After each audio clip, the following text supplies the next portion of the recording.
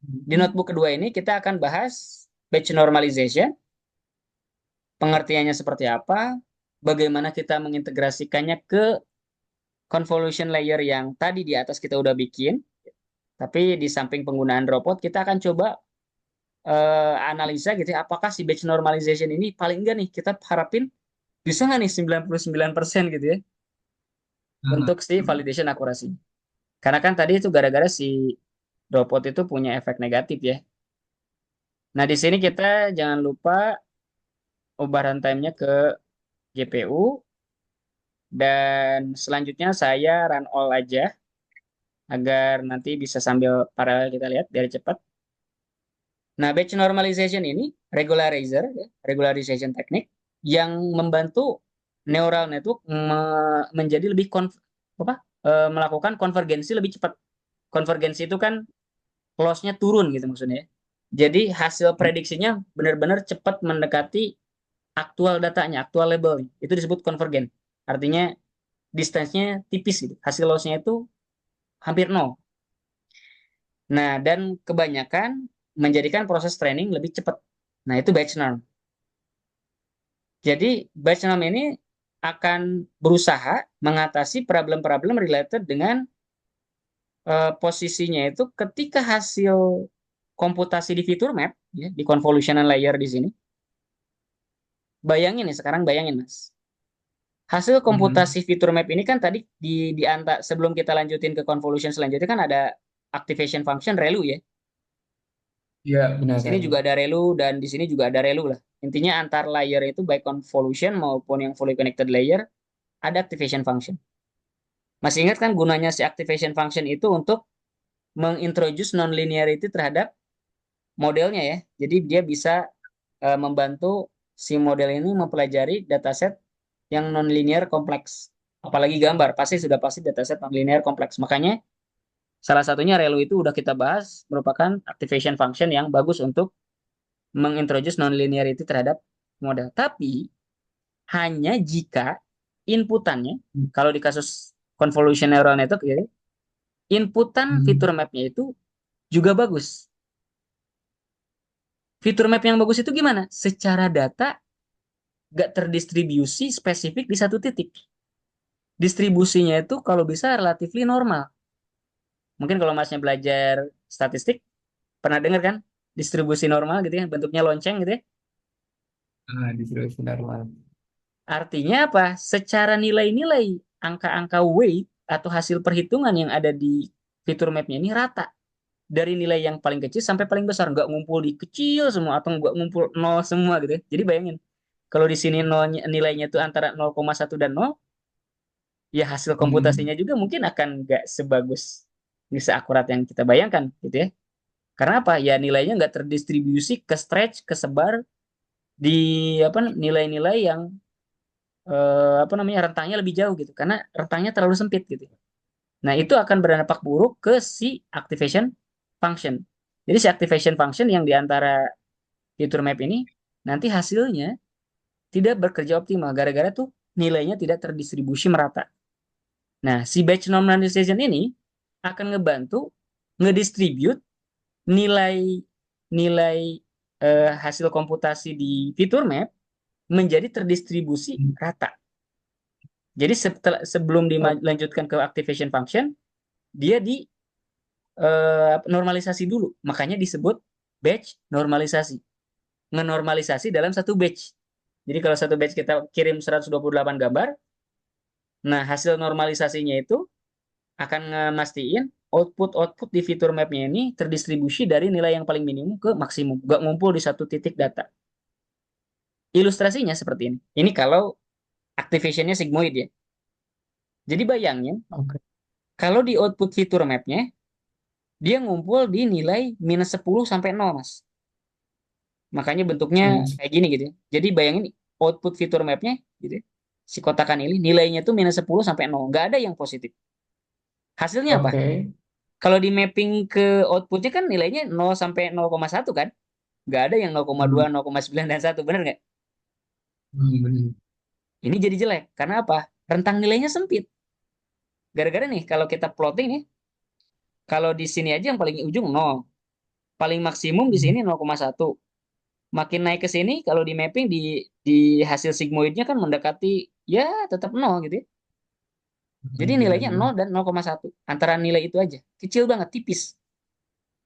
Kalau distribusinya pun di tengah tapi sempit, nggak selebar ini ya. Contohnya di sini, nilainya di sini misalkan 0, berapa sampai 0, berapa gitu ya. Ini juga jelek. Nilainya cuma antara di 0,3 sampai 0,6 misalkan. Nggak merata dari 1 sampai 0,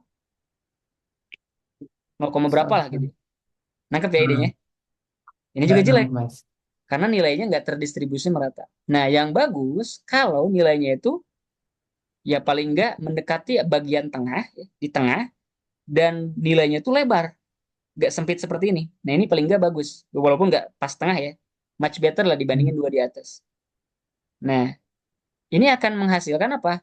Nilai minimum maksimumnya itu optimal.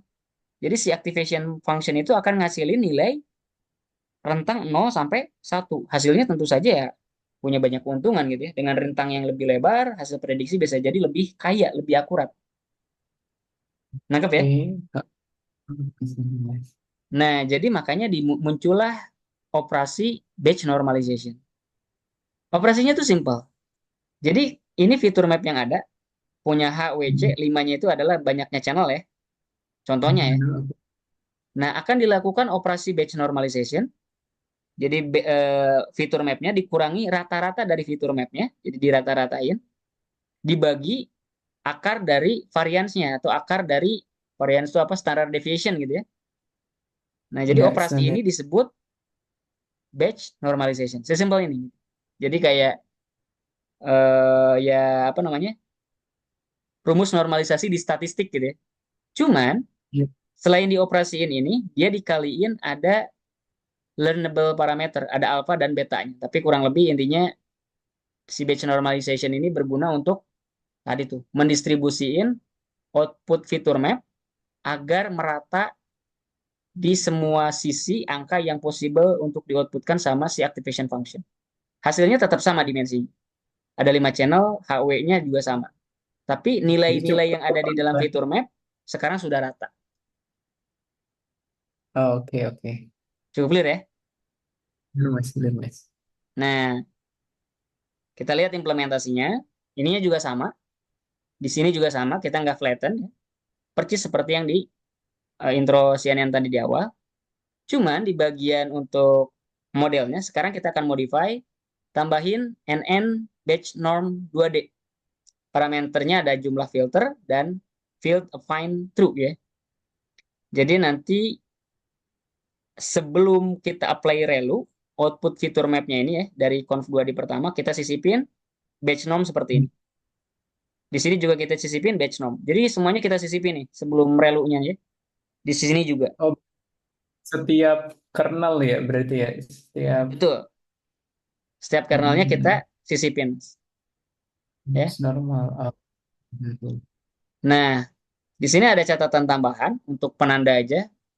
Di sini kan ada Hmm. affine true. Affine true ini gunanya buat apa gitu ya? Kalau kita set affine true, nah ini dia akan membuat ya si modelnya ini bisa belajar adaptif untuk nge-scalingnya ya. Karena dia nanti akan memainkan tadi tuh nilai alfa dan betanya gitu. Ini berguna Oh, agar apa? Hasil batch normalization di layer kemanapun gitu ya punya efek berbeda gitu. Karena mungkin bisa jadi karakteristiknya beda. Intinya affine true ini punya banyak benefit, memastikan batch normnya itu tidak kaku, hanya pembagian pengurangan apa rata-rata dan variansnya gitu ya. Tapi ada pengali learnable filter. Jadi pastiin affine-nya selalu true. Nah, selain itu juga kita tambahin parameter tambahan di convolution-nya, Mas. Bias sama dengan false. Gunanya buat apa? Nah, bias sama dengan false ini menandakan kita akan mendisable bias di convolution 2D. Kenapa harus di-disable? Bukannya penambahan hmm. bias di convolution 2D itu bagus gitu ya? Untuk nge-adjust value weight-nya gitu ya. Kan selain bias ada weight kan? Yang di pertemuan Ya, pertama kita bahas ya ada istilah bias ya. Kalau biasnya di ya. disable berarti kan nggak ada tambahan bias tuh. Kenapa di disable di convolution neural network-nya gitu ya? Ini karena di batch normalization itu udah termasuk mengcompute bias. Sebenarnya si batch normalization ini mengadjust bias agar menggeser distribusinya gitu ya. Kalau Hmm. di conf 2D-nya di enable biasnya kan jadi double perhitungan. Makanya si biasnya ini kita matiin di conf 2D dan kita serahkan adjustment biasnya. Bias ini mengatur tadi tuh distribusinya si output fitur map ya, nilainya tuh biar bisa nyebar gitu ya. Itu kita handle lepasin ke batch norm. Makanya alasannya kita di tiap conf-nya ini ataupun nanti di linear layer-nya itu kita disable biasnya. Cukup clear? Clear Mas, clear Mas. Nah, opsi yang terakhir ini juga berguna nih, disable scaling. Disable scaling ini gara-gara biar kompatibel dengan implementasinya TensorFlow. Di TensorFlow ini ada parameter batch norm untuk Hmm. scale sama dengan false, tapi di apa namanya di PyTorch nggak ada. Jadi cara biar kompatibel tuh caranya seperti ini. Jadi untuk nge-disable scaling, kita cek semua layer di model yang kita bikin. Kalau layernya batch norm, nah weight-nya kita jadiin satu. Kita pastiin buat apa? Buat biar dia scalingnya disable, scalingnya nggak jalan. Karena kalau misalkan scalingnya jalan, selain adjust bias, nah ini komputasinya jadi lebih kompleks. Jadi sebenarnya ke arah sana aja. Komputasi lebih Oke, kompleks, oke. ya lebih berat dalam proses training. Kalau tanpa disable scaling boleh nggak? Boleh aja, bebas. Tapi di sini kita akan lepasin biar si modelnya lebih lightweight. Sehingga di bagian bawah sini, nah ada tambahan untuk nge-for loop, nge-adjust weight-nya biar satu ya. Iya. Nah, di sini juga kalau masih perhatiin, kita masih tetap pakai dropout 0,6. Nanti kita coba reduksi apa bedanya gitu ya. Dan Hmm. di bagian trainingnya, kita akan lihat. Nah, di sini udah 98% nih validation akurasi. Dan di sini bisa dilihat akurasinya 99%. Walaupun di sini turun dikit ya. Kalau kita lihat Um, plotnya, ini jauh lebih bagus dibandingin yang sebelumnya. iya, mantap, mantap. Jadi batch norm ini ternyata tadi tuh punya efek positif ya. Iya, Membuat si benar. detektornya lebih akurat gara-gara tadi tuh karena ada efek hasil apa namanya fitur mapnya itu tidak terdistribusi gitu ya sebelum dimasukin ke relu. Bisa jadi negatif, kalau di relu semuanya negatif kan jadi nol semua tuh, bener nggak? Makanya dipastiin hasil fitur mapnya itu sama si batch norm terdistribusi dari Jadi, nilai minimum ke maksimum gitu. Jadi outputnya itu nggak ada nol semua gitu ya. hmm, Cukup clear? clear Mas, clear Mas. Nah, kita akan lihat efek kalau dropout. Ini kan masih pakai ada dropout ya. Kita nggak apa-apa nih pakai dropout, tapi dropoutnya kita kecilin.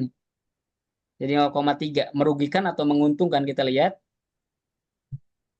Dan kita training lagi. Tapi intinya, di sini tadi kita bisa lihat hasil ketika dropoutnya 0,6 dan penambahan batch normalization, performanya jauh lebih bagus. Dan di sini kita bisa lihat relatively nggak ada efek overfitting. Kecenderungan validation loss-nya turun. Nggak flat seperti sebelumnya ataupun naik seperti pada saat di awal tadi ya. Hmm, Nah, di sini menunjukkan kalau batch norm punya hasil yang cukup bagus untuk ngebantu ngehandle overfitting. Lebih efektif dibandingin dropout. drop out. Kita Oke. lihat classification report pada saat tadi dropoutnya 0,6, 99%. Dan lihat distribusi confusion matrixnya. Nggak ada yang 20, tadi kan ada yang 20 ya. Paling besar Hmm. melesetnya itu 8. Oh iya benar. Di Si bawah dataset, 9 semua. iya, angka 4 ini diprediksi jadi 9. Ya, ini tapi cuma dikit. Sisanya terdistribusi di bagian diagonalnya menunjukkan ya gak heran ya di sini akurasinya 99. Dan precision recall-nya ini tadi kan masih ada 96-an ya Mas. Ini 98 ke Ah, atas. benar, benar, benar. Keren banget kan? Canggih. Nah, intinya teknik yang kita bahas itu ya tadi tuh superioritas penggunaan batch normalization dalam menghandling overfitting. Walaupun kita udah pakai CNN, belum tentu Hmm, belum tentu overfitting tuh nggak ada gitu, tetap ada. Justru karena ada. convolution neural network ini lebih kompleks dibandingin fully connected layer, kemungkinan terjadinya overfitting itu lebih sering. Makanya CNN dikombin dengan teknik regularization seperti dropout dan batch normalization akan membuat model berbasis CNN ini menjadi lebih powerful dibandingin implementasi sebelumnya. Ah, gitu. Oke, oke, oke. Cukup clear ya? Mas, bener, Mas. Nah, ini tadi kita rerun lagi dengan apa namanya dropout 0,3. Nah, tapi kalau kita lihat akurasinya ini kan 98 berapa gitu ya. Kalau tadi kan udah menyentuh 0,99% lebih awal. Sepertinya kalau di sini dia nggak nyampe 99 persen ya. Ya, jadi paling tidak si dropout juga punya andil sedikit dibandingin ketika nilainya dikecilin nih. Tadi yang awal kan kita atur dropoutnya 0,6 ya. Ini kan dropoutnya 0,3. Dropoutnya 0,3 kan berarti yang dimatiin lebih dikit kan. Nah, itu kan Ah, efeknya berarti akurasinya lebih turun ya. Walaupun efeknya si akurasi trennya bisa jadi lebih naik gitu ya.